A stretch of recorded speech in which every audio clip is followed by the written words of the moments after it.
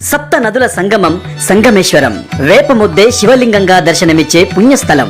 ఏడాదిలో 4 నెలలు మాత్రమే దర్శనమిచ్చే మహిమాన్విత దేవాలయం. కర్నూలు జిల్లాలోని సంగమేశ్వరం అనే గ్రామంలో ఉంది ఈ ఆలయం. ఏడాదిలో 8 నెలలు నీటిలోనే మునిగి ఉండి 4 నెలలు మాత్రమే దర్శన భాగ్యం కలిగించే అపురూప ఆలయంగా ప్రసిద్ధికెక్కింది సంగమేశ్వర. ప్రపంచంలో ఎక్కడా లేని విధంగా 7 నదులు కృష్ణ, వేణి, తుంగ, భద్ర, భీమ, మలపహరిణి, భావనాసి అనే సప్త నదులు ఒకే చోట సంగమించే పుణ్య ప్రదేశంగా ప్రసిద్ధికెక్కింది సంగమేశ్వరం. ఈ 7 నదుల్లో ఒక్క భావనాసి నది మాత్రమే పురుష నదిగా చెప్తారు. సుమారు 2000 సంవత్సరాల పురాతన ఆలయంగా ప్రసిద్ధికెక్కిన ఈ ఆలయంలోని శివలింగాన్ని ధర్మరాజు ప్రతిష్ఠించాడని పురాణాలు చెప్తున్నాయి. ఈ ఆలయంలోని మరో విశిష్టత ఏంటంటే ఈ ఆలయంలోని శివలింగం రాయితో చేసింది కాదు, వేప చెట్టు దుంగని శివలింగంగా మలిచారు. పురాణాల ప్రకారం సప్త నదులు సంగమించే ఈ పుణ్య ప్రదేశంలో శివుడికి పూజ చెయ్యమని అరణ్యవాసంలో ఉన్న పాండవులకు శ్రీకృష్ణుడు సెలవిస్తాడు.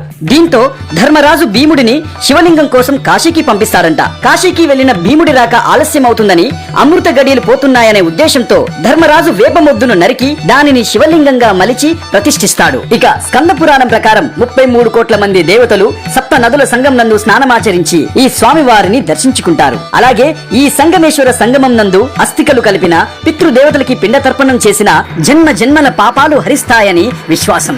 ఇక సంగమేశ్వర ఆలయ పరిసరాల్లోనే గాయత్రీదేవి గోమాత పాదముద్రలు మనకు దర్శనమిస్తాయి. విశ్వామిత్ర మహర్షి గాయత్రీదేవి కోసం కఠోర తపస్సు చేశాడు.